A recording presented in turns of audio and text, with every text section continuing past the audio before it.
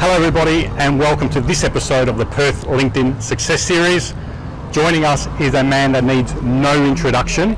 All I'm going to say is we are filming from a location that's just over the causeway, Shepparton Road, Victoria Park. For our viewers outside of Perth and across the globe, please stay with us as we have an absolute treat coming up. So let's welcome him on the show, Mr. John Hughes. Thank you for spending some time with us today on our series and our show. Thank you. John, I've always been interested because I've seen you on TV ads since I've been growing up in Perth for 40 odd years. I want to know, and I've heard stories from staff that have worked for you, but since you've started from business, I'm really keen on understanding a couple of non-negotiables that you've had from day one that you keep till today's business. Is there something that you do religiously each day or each week that you can't live without in your business? Well, look, I apply discipline to myself and I apply discipline to my staff. I went to a Christian Brothers college in Fremantle a long time ago, obviously, and that was a tough, rough school, and discipline was applied with the cane, with the strap. And I also did national service later in life when I was 18 in Puckapunyal in Victoria. I went in a boy and 3 months later I came out a man. So I got discipline in those two sources and I applied discipline to myself. So how does discipline apply? Many ways. What you eat, how you eat, when you eat, what time do you go to bed, what time do you wake up, what time do you get into the office. For example, I never go out for lunch. I eat here, on this spot here. I had somebody come in recently and said, "Oh, John, we must come out for lunch." So I turned around to my PA and I said, "Jasmine, how long have you been working with me?" She said, "Mr. Hughes, 5 years." I said, "How often in that 5 years have I been out to lunch?" So that's discipline.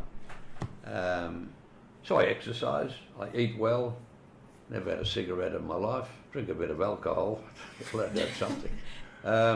And then I apply discipline to my staff. The way they dress, there's no, excuse this, but there's no pink shirts. No pink shirts. There's no yellow ties. Again, I'm sorry, no facial hair. Only 2 colour socks are allowed to wear, black or dark grey. No, I'm serious. So things that I've applied to myself and applied to my business that are irrevocable, things that you never discipline. Passion for the business, passion for what you do. And I love people that come to me with Mr. Hughes and they're very passionate about things. So I apply discipline, I apply passion to myself, and I apply positivity. Now, I've never really used that word before. Somebody said to me the other day, "John, you're 50 years in Victoria Park. Why don't you show more pride?" I said, "Well, I am proud. I've evened myself out up here. I'll never get despondent. I'll never get negative. Never, ever do I feel down. But I don't then get the corollary of that is you don't get the big highs." Now, that's not for everybody. That's not what I'm not proposing. That's what everybody should do. But you've asked me what I do, and that's what I do. I have ironed myself out. And to me, that's exactly the way I want to continue to run my life. Thank you very much. Yeah, lovely insights. Took a lot from that. So for myself, John, because I'm a businesswoman and I've watched yourself as well through TV. A little bit younger in Australia. I've been here for 26 years, but you're very familiar with yourself and your brand. It's such an amazing brand within Australia. So business-wise, everyone's obsessed with return on investment. What are you going to get if you put money here? So for myself, I've watched your business grow, and obviously it's accelerated, but no doubt you've been through the peaks and the troughs, and like you said, you've managed yourself with great emotions, so you've stabilised yourself, so you're not going so you've got the highs and people get all flustered and then it goes to lows and they fall down with it. Yes. So because of that, you've obviously run a good business model. What's been the best investment you've made in your business in order to scale it up? Has it been the brand that actually made the business, do you believe, or what was your biggest investment that had the best return for you? Okay, well, I'll tell you about the best, then you might ask me about the worst shortly, because I haven't always made the best decisions. Yeah. Building the brand. Yeah. Yeah. Building John Hughes as a brand. I assure Yeah, you. I tried to get away from John Hughes as a person. It is John Hughes as the brand. I want your business. I'm prepared to pay for it. Choose your dealer before you choose your car. Is it true? Absolutely. I stand behind every car I sell. All of that was all branding. And it's the maintaining the consistency of the brand. Yeah. And it's being, I had a meeting with all the salespeople this morning, and I said to them, and it's questioning what you do, it's questioning everything.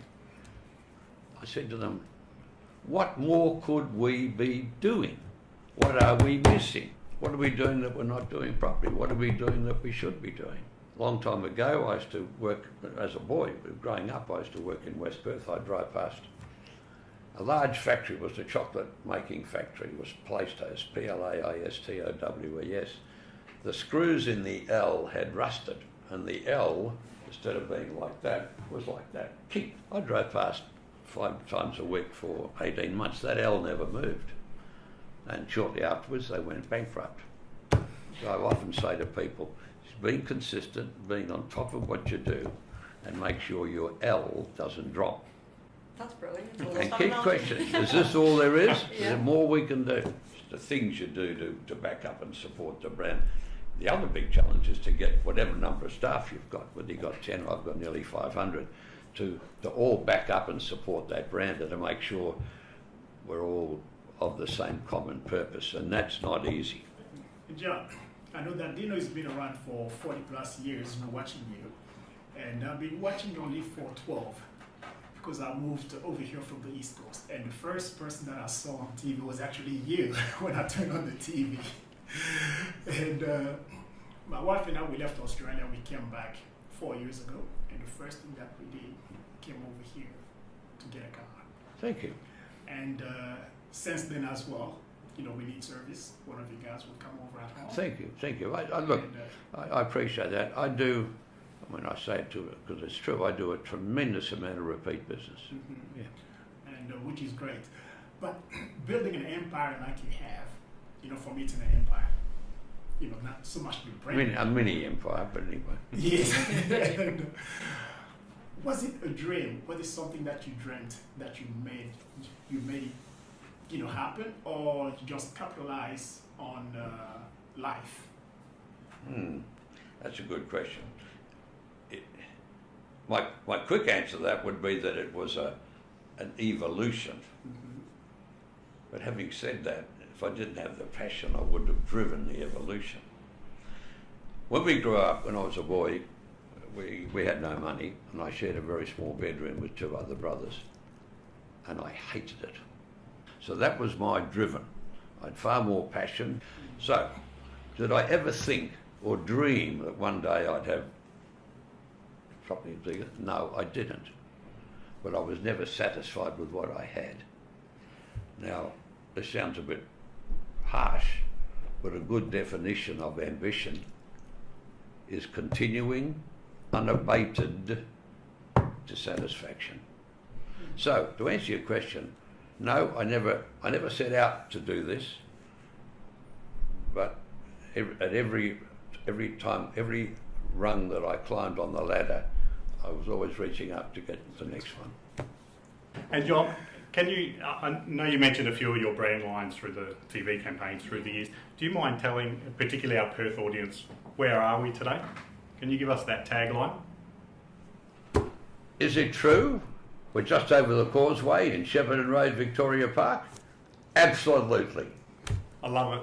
Thank you, John. Thank you. So much for your time today. Is that it? That's it. I love it. Yeah. Really? It is. No. Thank you We could have sat and talked with you all day. Absolutely. Thank you for watching, everybody. Hope you enjoyed our chat with John. It's been extremely enjoyable for us three and very, very insightful, John. So we really appreciate your honesty and your time today. And as always, everyone, please stay strong. Thank you.